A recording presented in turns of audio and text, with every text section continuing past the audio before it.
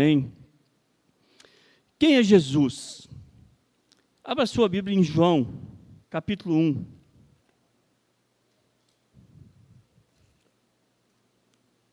Nós vamos discorrer sobre Jesus Cristo nessa noite. Capítulo 1, versículo 1, João. Diz assim: No princípio era o Verbo, e o Verbo estava com Deus, e o Verbo era Deus. Ele estava no princípio com Deus, todas as coisas foram feitas por intermédio dele, e sem ele, nada do que foi feito se fez. A vida estava nele, e a vida era a luz dos homens, e a luz resplandece nas trevas, e as trevas não prevaleceram contra ela.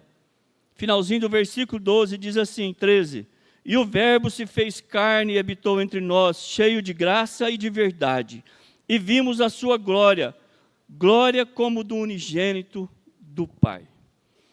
João aqui está revelando Jesus. E quando ele fala do Verbo, ele fala que o Verbo era a palavra.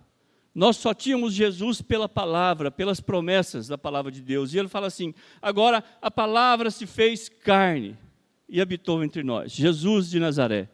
Não é mais uma palavra, agora ele é vivo e habita entre nós, é o que diz João.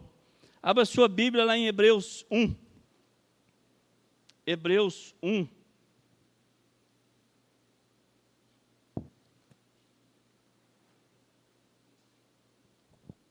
Vamos ler do versículo 1 até o 4. Havendo Deus outrora falado, muitas vezes e de muitas maneiras aos pais, pelos profetas, nesses últimos dias nos falou pelo Filho, a quem constituiu o herdeiro de todas as coisas, pelo qual também fez o universo. Ele que é o resplendor da glória, a expressão exata do seu ser, sustentando todas as coisas pela palavra do seu poder, depois de ter feito a purificação dos pecados, assentou-se à direita da majestade nas alturas, tendo se tornado tão superior aos anjos, quanto herdou mais excelente nome do que eles. Jesus. Hebreus está falando de Jesus. Antes os profetas falavam de Jesus. Aos nossos pais, hoje nos fala através do Filho Jesus. E é por isso que nós estamos aqui. Jesus veio na plenitude dos tempos. Gálatas fala isso para nós. Quando Jesus veio, o Império Romano havia tomado cerca de 1/3 da terra, estava sob o domínio do Império Romano. Quase toda a Europa. Eu fui pesquisar e apenas 2 países da Europa não estavam sob o domínio romano. Uma parte da África, um pedaço da Ásia, estava sob o domínio romano. O domínio romano era muito cruel. Eles eram muito cruéis. Eles dominavam na força, eles eram absurdamente inteligentes, eles estudavam os seus inimigos, eles estudavam o seu povo. E desse Império Romano, cerca de 1/3 também eram escravos, que tinham que pagar impostos. Como eles não pagavam impostos, não conseguiam, eles trabalhavam para pagar as suas dívidas. E eles eram muito cruéis. Qualquer levante que acontecia entre o povo, eles criavam algum tipo de pena para justificar isso e para não deixar que esses inimigos, que esses rivais se levantassem contra o Império Romano. Alexandre o Grande criou a cultura, entre outros, da cruz. E eles colocavam as cruzes em montes para que as pessoas vissem.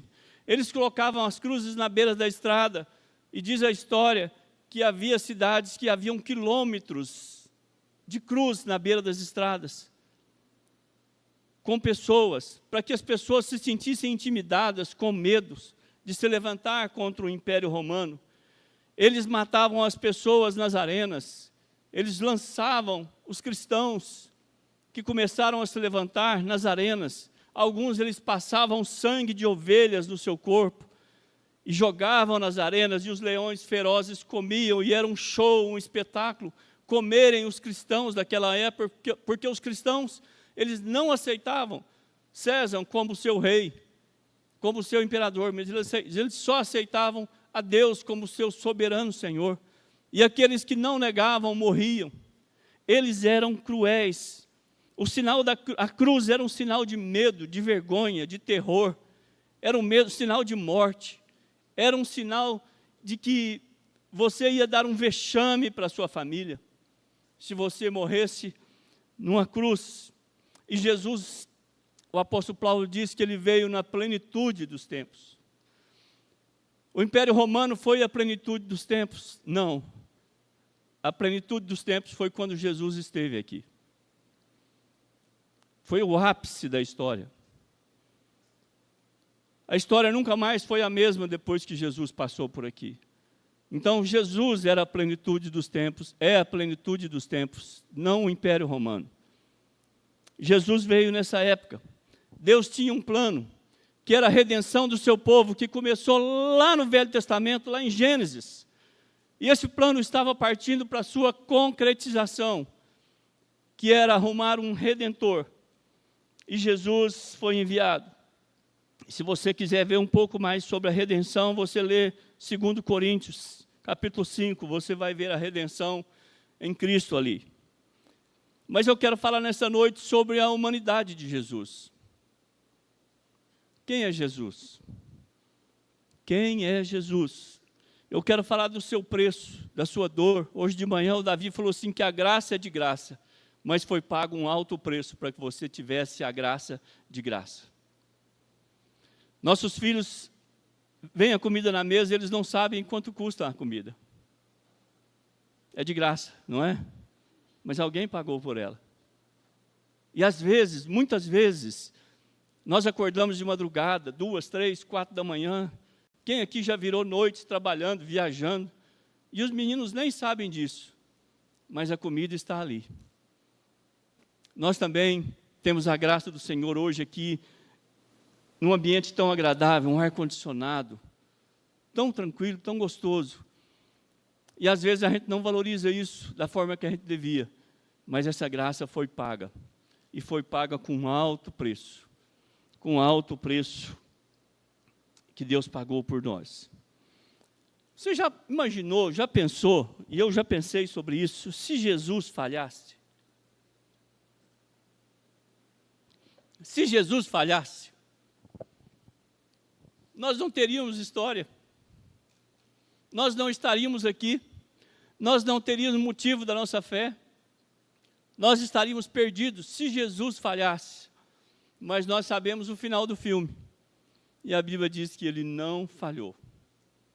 Amém?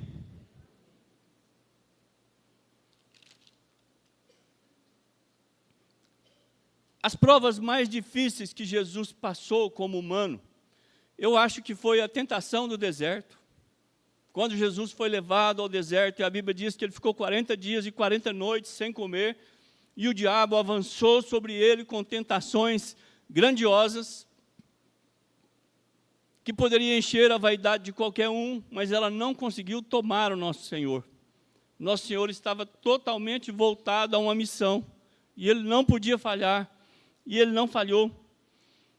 A segunda é no Getsêmani, e é onde a gente vai falar aqui nesse texto, e a terceira é a crucificação. Eu acho que a maior tentação que Jesus teve foi a de descer daquela cruz, porque ele podia fazer isso. Mas ele não devia fazer isso. Mas Jesus também foi provado no Getsêmani, na Páscoa. Nenhum lugar expõe Jesus como o Getsêmani. Nenhum lugar expõe a humanidade de Jesus como o Getsêmani.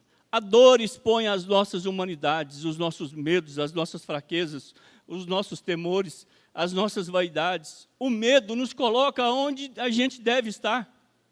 Muitas vezes, no lugar de humildade, de impotência. O medo revela o nosso coração. As provas revelam o nosso coração. E elas também revelaram o coração do nosso Senhor Jesus. No Getsêmani, nós vemos um Jesus abatido, vulnerável, com medo, angustiado, solitário.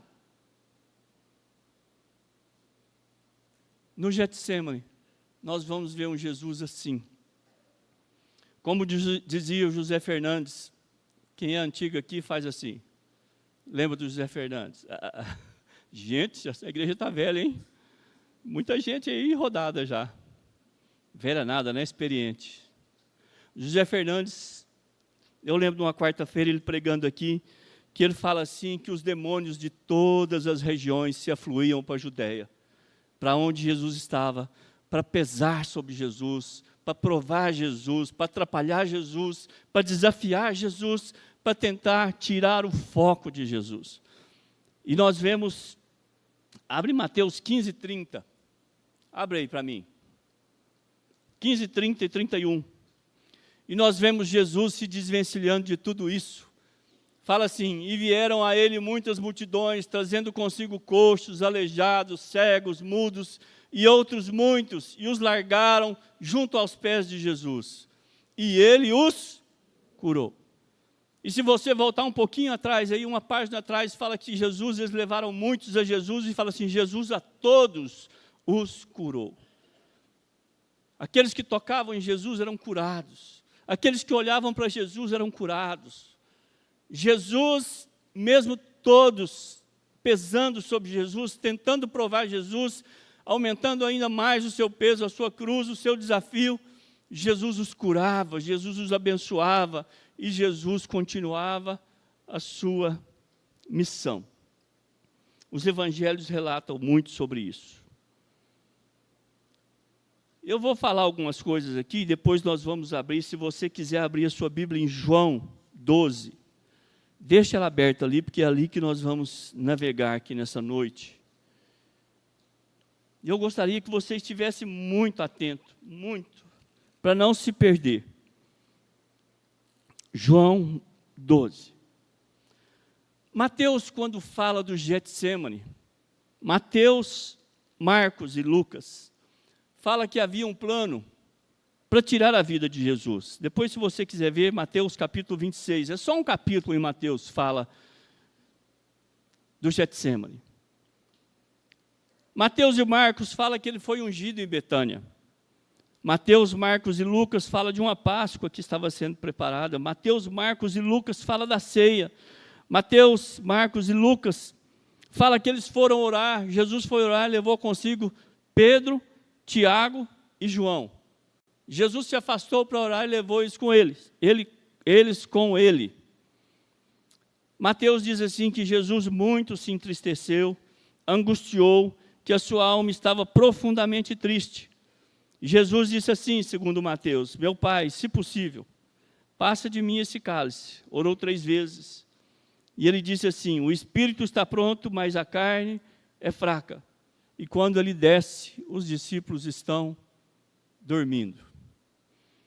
Marcos ainda relata aquelas coisas ali e mais algumas. Fala que Jesus foi tomado de pavor e angústia, que a sua alma estava triste até a morte. E ele disse assim, Abba, Pai, Paizinho, se possível, passa de mim esse cálice. Orou 3 vezes. O espírito está pronto, mas a carne é fraca. E a Bíblia diz que os discípulos estavam dormindo quando Jesus desce. Lucas ainda relata que Jesus ainda ensina que o maior seja servo. Orava, Pai, se queres, passa de mim esse cálice, mas faça-se a tua vontade. Lucas fala que apareceu um anjo que confortava o Senhor, mas ele em agonia orava intensamente, e aconteceu que o seu suor tornou-se em gotas de sangue, caindo em terra. Lucas era um médico. Que experiência o Senhor Jesus deu para esse médico? Eu nunca vi, nem imaginava que isso acontecia, até eu saber disso na Bíblia. Mas quando as pessoas estão em extrema angústia, isso pode acontecer, do sangue sair junto com o seu suor.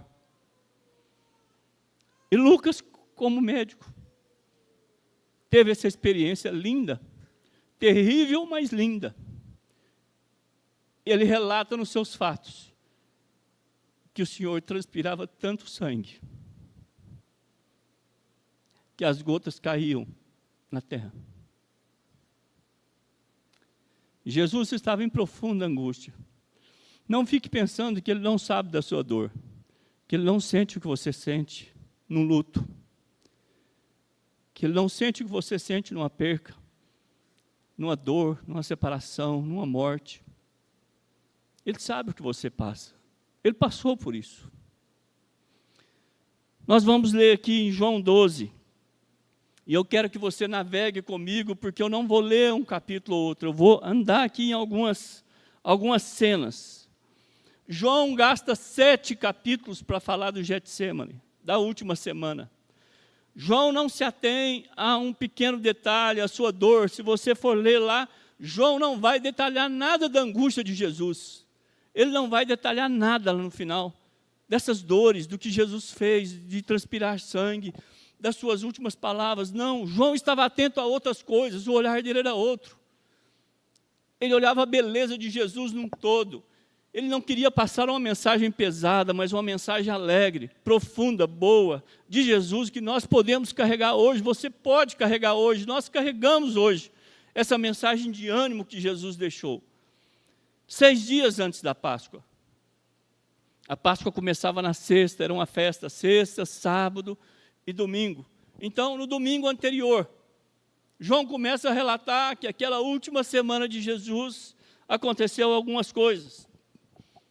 Fala assim que Jesus foi ungido, no capítulo 12, por Maria em Betânia, quando aquela mulher derrama aquele vaso de bálsamo, de nardo puro, sobre os cabelos de Jesus, sobre os pés de Jesus, e Jesus os enxuga, e ela os enxuga com os seus cabelos.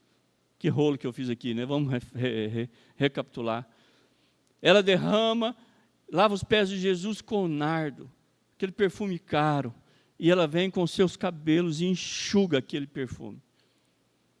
6 dias antes da Páscoa. Havia um plano para tirar a vida de Jesus, ainda no capítulo 12. A entrada triunfal de Jesus em Jerusalém, ele entra montado num burrinho, e as pessoas vão jogando palmas no chão, e ele vai passando, e deve ter sido um momento muito bonito. E eles cantavam, Hosana, o que vem em nome do Senhor, bendito. Capítulo 12 ainda fala que alguns gregos queriam ver Jesus, mas Jesus fala assim, olha, agora a minha alma está angustiada, o que eu direi? E ele não conversa com esses gregos, e a gente não sabe o fim da história, porque só João que fala isso.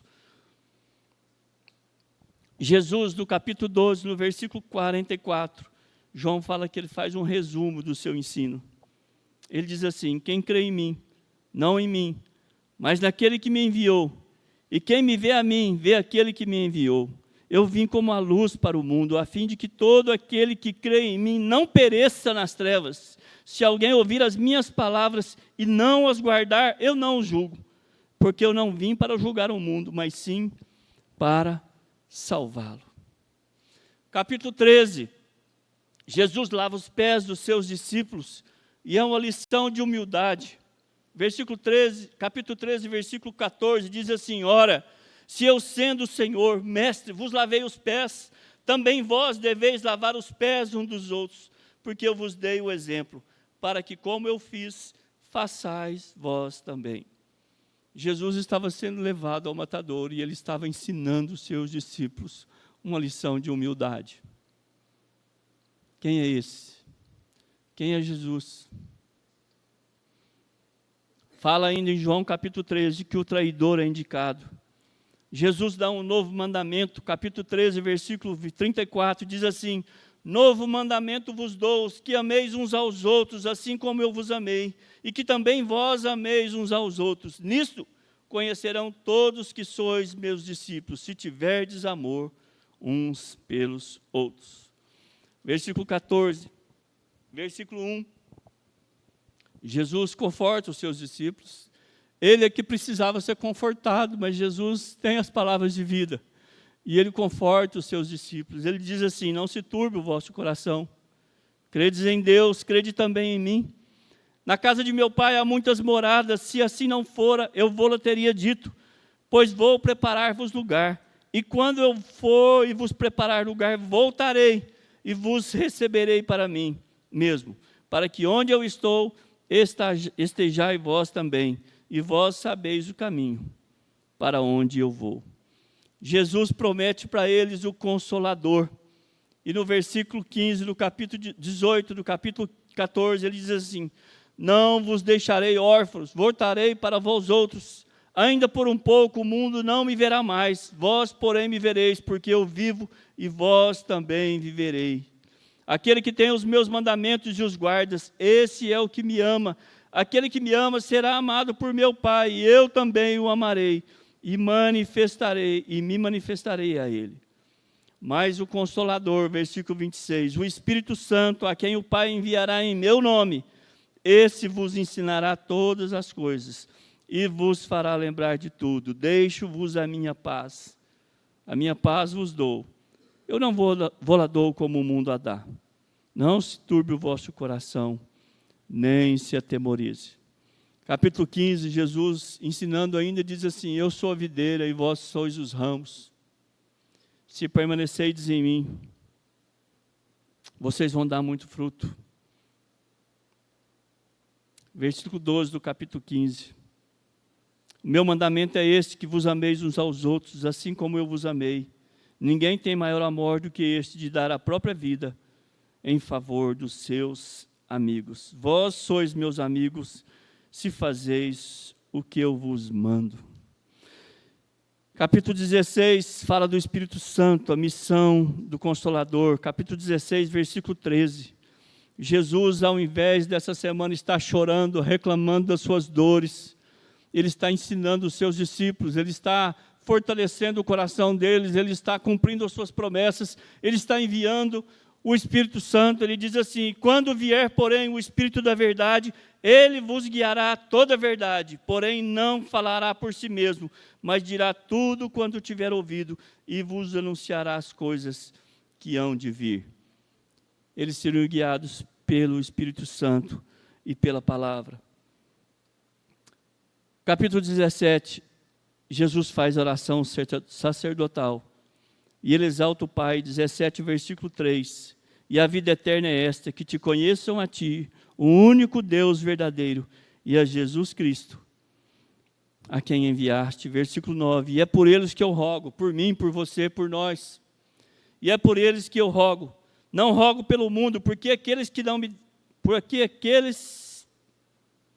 me destes, porque são teus. Ora, todas as minhas coisas são tuas, e as tuas coisas são minhas, e neles eu sou glorificado. Eu não estou no mundo, mas eles continuam no mundo, ao passo de que eu vou para junto do Pai, junto de ti. Pai Santo, guarda-os em teu nome, que me deste, para que eles sejam um, assim como nós.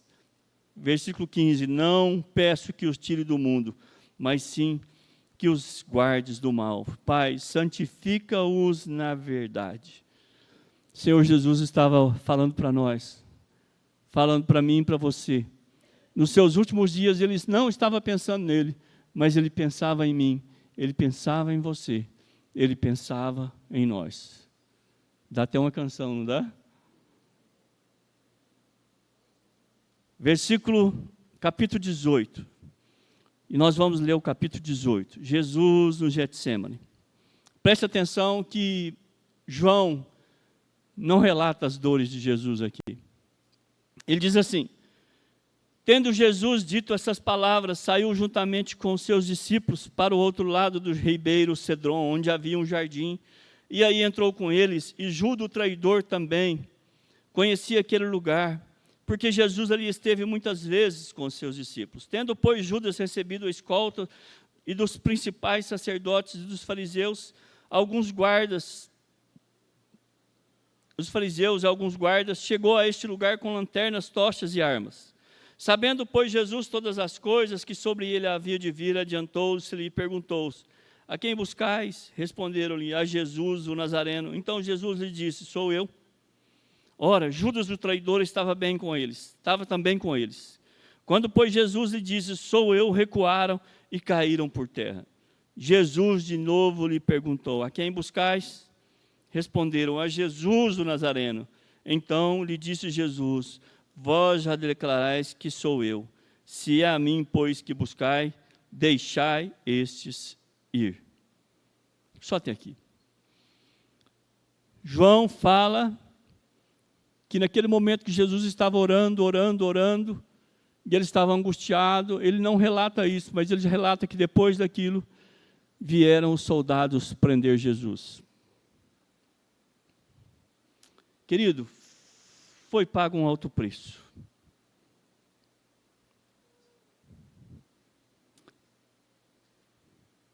Deixa eu ver onde eu estou aqui. Foi pago um alto preço. Foi pago um preço que nós não temos a ideia. Eu já passei por alguns momentos difíceis, momentos de dor, de perca. Mas nada se resume, nada chega perto do que Jesus passou.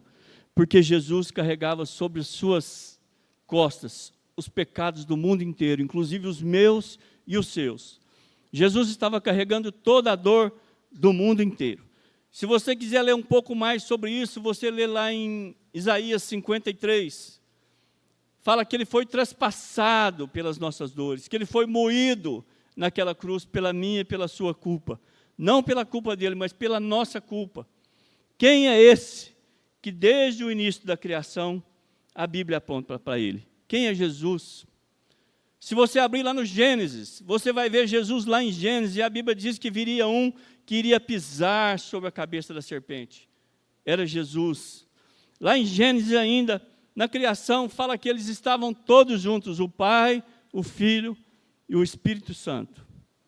Quem é Jesus? Jesus, desde o princípio da Bíblia, se revela a nós. Quem é Jesus? O Êxodo fala da Páscoa, fala do Cordeiro, fala do sangue nos umbrais, e o sangue salvou aquelas pessoas da morte. Onde havia sangue, o sangue do Cordeiro, o inimigo, o mal, o exterminador não iria passar, porque o sangue de Jesus estava representado ali.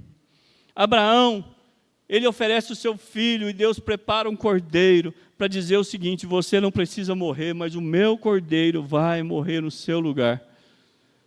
Ele estava apontando para Jesus. José, lá no Egito, ele ganha um título de Zafenate Paneia. Eu aprendi isso na minha adolescência, eu li a Bíblia com um dicionário. Zafenate Paneia significa Salvador do mundo, mas José não era o Salvador do mundo. José era o Salvador daquela geração. O Senhor Jesus é o Salvador do mundo. A Bíblia estava apontando para Jesus lá em José, no Egito. Quem é Jesus? Jó fala assim: ele é o meu Redentor, eu sei que o meu Redentor vive. Eu não o vi, mas eu sei que ele vive. Cantares fala assim, que a nossa bandeira é o amor. Jesus é o amor. Cantares estava apontando para o Senhor Jesus. Jeremias fala que ele é o oleiro. Esther fala que ele é o nosso resgatador.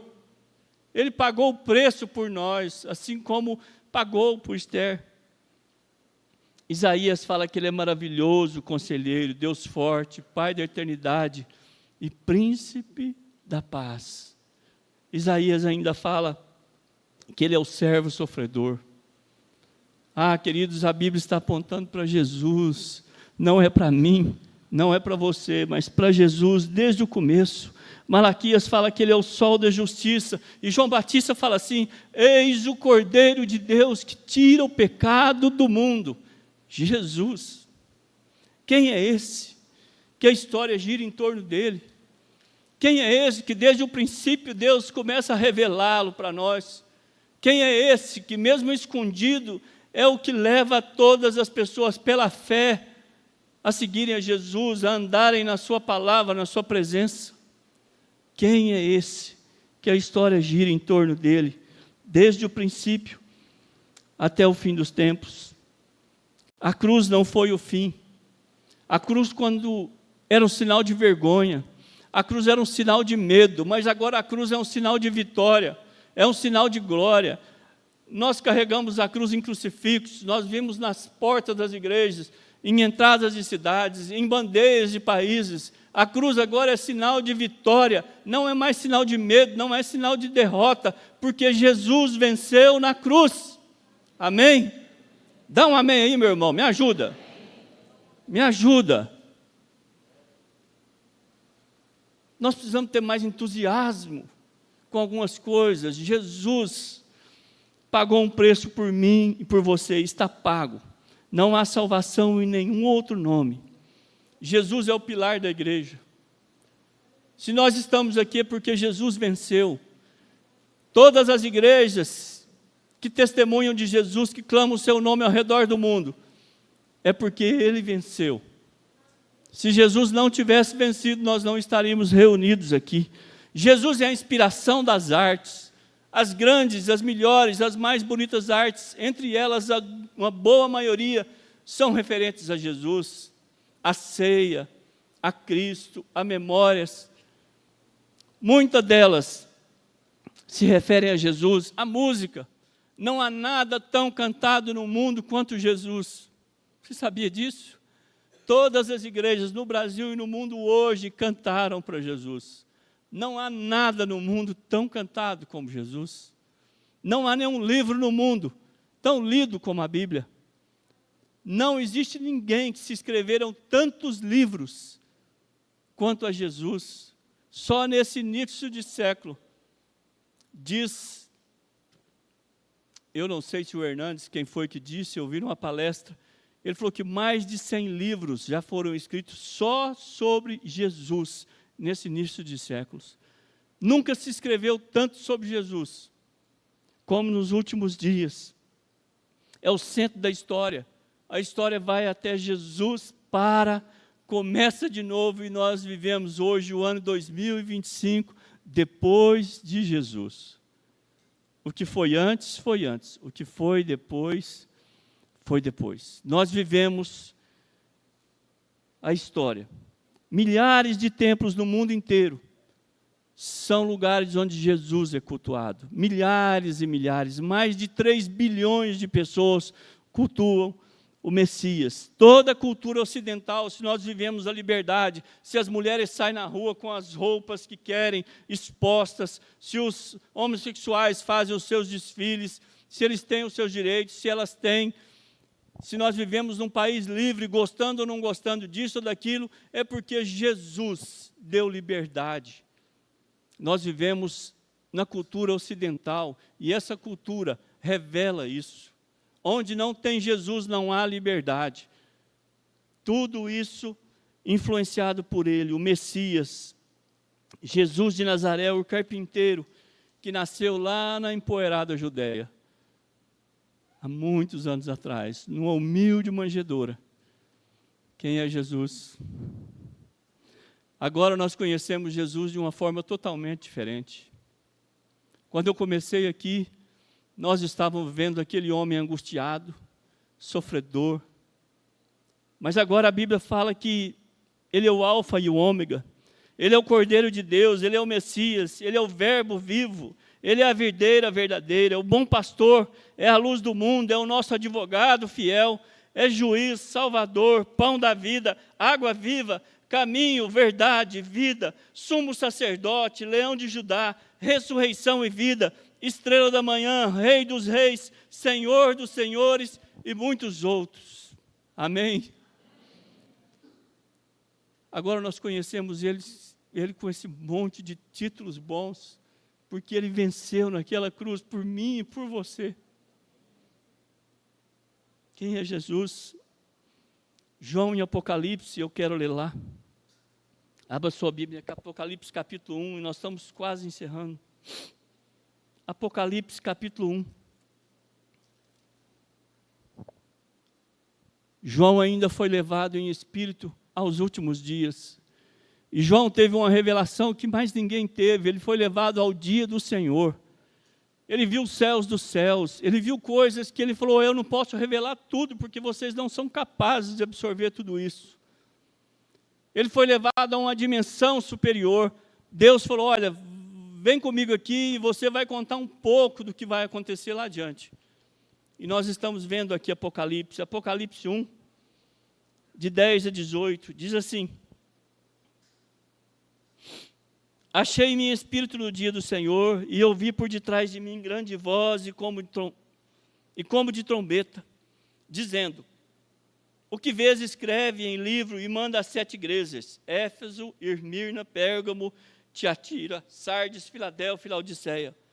Voltei-me para ver quem falava comigo, e voltado vi 7 candeeiros de ouro. E no meio dos candeeiros, um semelhante ao filho de um homem, com vestes talares e cingido até a altura do peito, com a cinta de ouro. Na sua cabeça, cabelos eram brancos como a alva lã, como neve, os olhos como chama de fogo, os pés semelhante ao bronze polido, como que refinado numa fornalha, a voz como de muitas águas. Tinha na mão 7 estrelas, e da boca saía-lhe uma afiada espada de 2 gumes, e o seu rosto brilhava como o sol na sua força. Se nós precisássemos desenhar isso aqui, ia ficar muito difícil, não ia? A imagem que João teve de Jesus, ele está falando de Jesus. A única coisa que a gente aqui parece que consegue discernir é a cinta de ouro e os cabelos brancos. O resto é tudo diferente. Olhos com chamas de fogo. Seu rosto brilhava como o sol. A gente não consegue olhar o sol daqui, você imagina o sol lá perto. E ele continua dizendo: quando o vi, caí aos seus pés como morto. Porém, ele se pôs sobre mim, a mão direita, dizendo: não temas. Eu sou o primeiro e o último, aquele que vive. Estive morto, mas eis que estou vivo pelos séculos dos séculos, e tenho as chaves da morte e do inferno. João tem a visão de Jesus, e Jesus fala: calma, João. Calma, João. Eu estive morto, mas eu estou vivo. E eu tenho as chaves da morte e do inferno. O domínio está nas suas mãos. O domínio continua nas mãos do Senhor Jesus. Ele continua até os últimos dias. Nós achamos que as coisas estão desgovernadas. O Senhor Jesus está dizendo: eu continuo com as chaves nas mãos. Amém? Essa é a nossa esperança, queridos.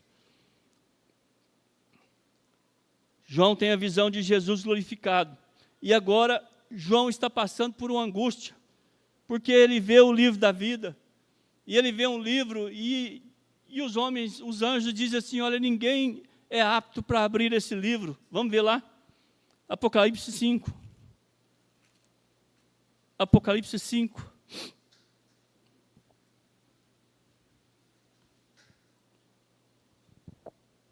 Vi na mão direita daquele que estava sentado no trono um livro, escrito por dentro e por fora, de todo selado com 7 selos. Vi também um anjo forte que proclamava em grande voz: quem é digno de abrir o livro e de desatar os selos? Ora, nem no céu, nem sobre a terra, nem debaixo da terra, ninguém podia abrir o livro, nem mesmo olhar para ele. E eu chorava muito, porque ninguém foi achado digno de abrir o livro, nem mesmo olhar para ele. Todavia, um dos anciãos me disse: não chores, eis que o leão da tribo de Judá, a raiz de Davi, venceu para abrir o livro e os 7 selos. Então vi no meio do trono dos 4 seres viventes, e entre eles e entre os anciões, de pé, um cordeiro, como tendo sido morto. Vamos lá no versículo 9. Digno és de tomar o livro, de abrir os selos, porque foste morto com sangue e compraste para Deus os que procedem de toda tribo, língua, povo, nação, e para o nosso Deus os constituíste reino e sacerdotes, e reinarão sobre toda a terra. Versículo 12. Proclamando em grande voz: digno é o cordeiro que for morto de receber o poder, a riqueza, a sabedoria, a força, a honra e a glória. Mais para frente, no versículo 13, na parte B: aquele que está sentado no trono e ao cordeiro, seja o louvor e a honra e a glória e o domínio pelos séculos dos séculos. Amém. Tem um cântico que fala assim, tenta cantar comigo, ou eu tento cantar com vocês. Ao único que é digno de receber a honra e a glória, a força e o poder, ao Rei. Mais forte. Invisível, mas real, a Ele ministramos o louvor. Coroado. Coroado estás, ó Rei Jesus. Coroado estás, ó Rei Jesus. Adoramos o teu nome, nos rendemos aos teus pés, consagramos todo o nosso ser. Ele é o único, digno de receber toda a honra, toda a glória. E nós temos que fazer isso que nós cantamos, consagrar toda a nossa vida a Ele. Lá no capítulo 19 de Apocalipse, e é o último versículo que eu vou ler.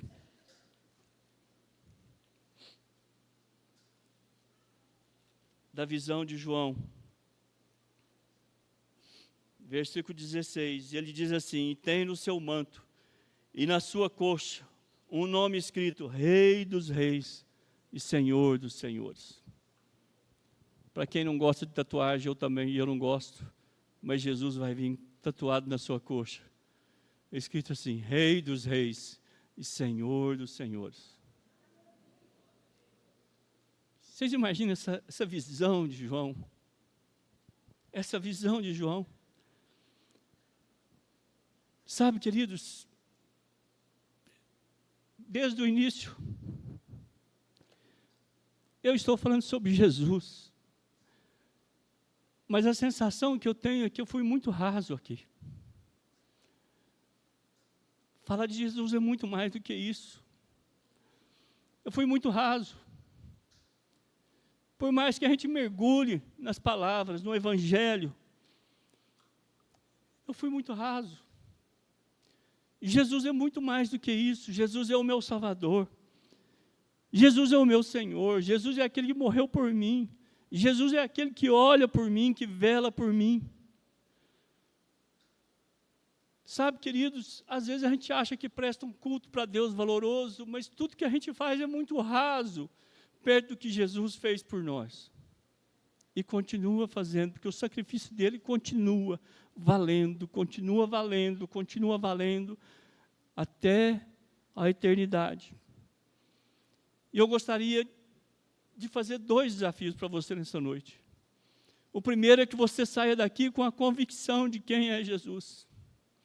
Quem é Jesus para você, que você saia com essa convicção durante a semana, que você não baixe sua cabeça, que você não se esmoreça, que você não desanime, que você não fique pelo meio do caminho, mas que você continue firme, sabendo que quem é Jesus, Jesus levou as nossas dores, Jesus apagou o nosso pecado naquela cruz, e Jesus voltará. E Jesus voltará. E se Ele não voltar, nós vamos. Que você tenha essa convicção.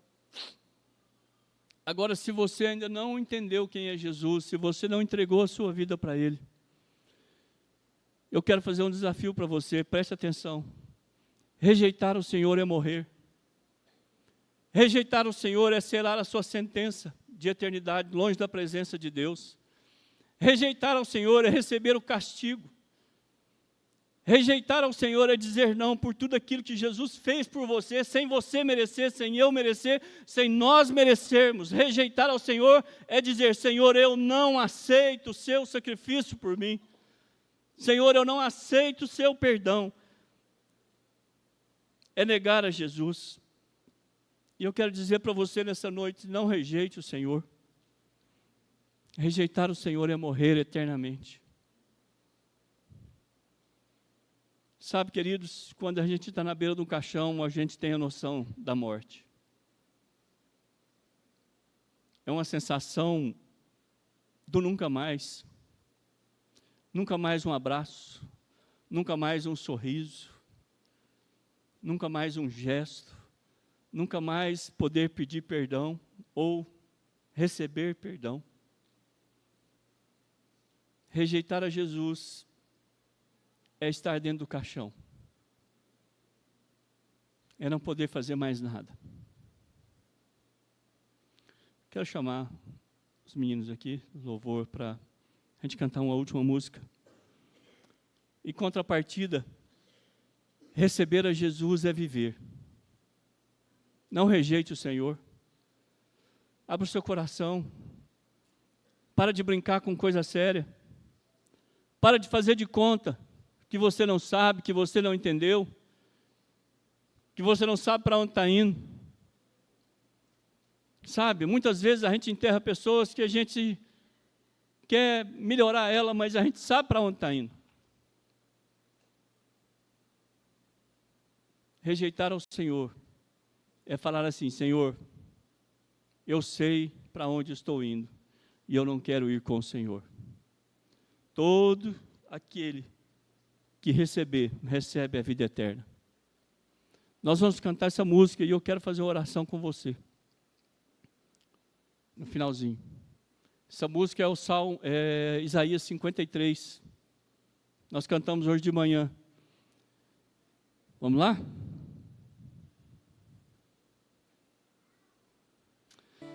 Sabe, queridos, muito difícil trazer essa mensagem aqui.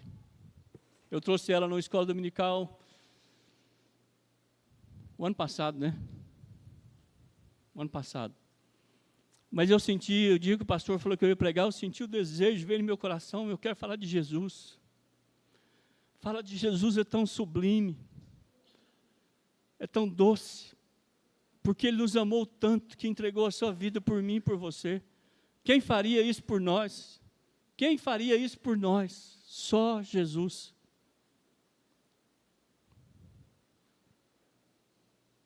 Está faltando alguma coisa? Tá? Vamos orar. Depois a gente canta essa música. Eu gostaria de orar com você. Eu quero orar com dois tipos de pessoa. Quero orar primeiro com você que ainda não recebeu Jesus no seu coração. Você que não tomou uma decisão, que está caminhando a passos largos para o inferno. É isso que a Bíblia diz. Eu não estou amaciando nada aqui, não estou inventando nada. Mas se você não receber Jesus como seu Salvador, a Bíblia diz que você não herdará a vida eterna com Deus. Eu quero orar com você, nesse instante. Baixe sua cabeça. Eu não vou pedir para você levantar, para você vir aqui. Mas se você receber Jesus no seu coração, eu vou estar aqui nessa porta no final. Eu gostaria de te dar um abraço. E te falar que eu sou seu irmão em Cristo. Baixe sua cabeça, feche seus olhos. Você entendeu essa mensagem? Você entendeu que Jesus é o único caminho, a verdade e a vida? Que Jesus passou por todas as dores que eu e você poderíamos passar. Nós não passamos por mais dores do que Jesus. Jesus era Deus e se fez carne e habitou entre nós. E morreu por nós e foi para aquela cruz como um vexame, como uma vergonha. Mas agora a cruz não é sinal de vergonha, é sinal de vitória. E se você entendeu isso, eu quero que você levante a sua mão. Apenas levante a sua mão e fala assim: Senhor, faça essa oração comigo. Levante a sua mão e faça essa oração comigo. Fala: Senhor, eu recebo como meu único e suficiente Salvador. Escreve meu livro no nome da vida. Escreve o meu nome no livro da vida. Perdoe os meus pecados. Eu me arrependo. Eu quero viver uma vida nova.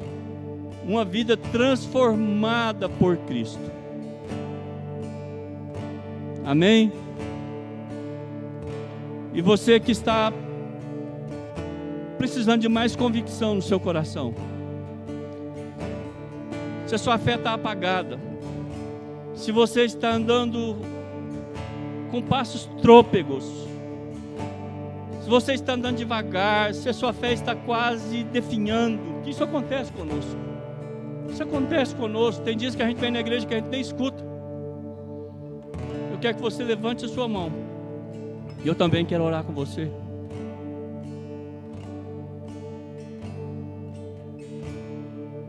Senhor, restaura a fé dos meus irmãos e dê a eles convicção de quem o Senhor é. O Senhor é o centro de toda a história. O Senhor é o motivo da nossa alegria, da nossa fé, o motivo de nós estarmos aqui exaltando, glorificando, cantando. Aqui é um lugar onde se encontram ricos, pobres, doentes, saudáveis, pequenos, grandes, humildes. De todo jeito nós encontramos na Tua presença, ó Deus, porque aqui é um lugar de encontro. É a casa do Senhor. Deus, restaura a nossa fé. Restaura a fé dos meus irmãos. Traz a eles convicção de que não terminou ainda. De que nós estamos indo para Canaã. Para Canaã. Para Canaã. Nós estamos indo. Eu oro em nome de Jesus. Pode dizer um amém? Amém.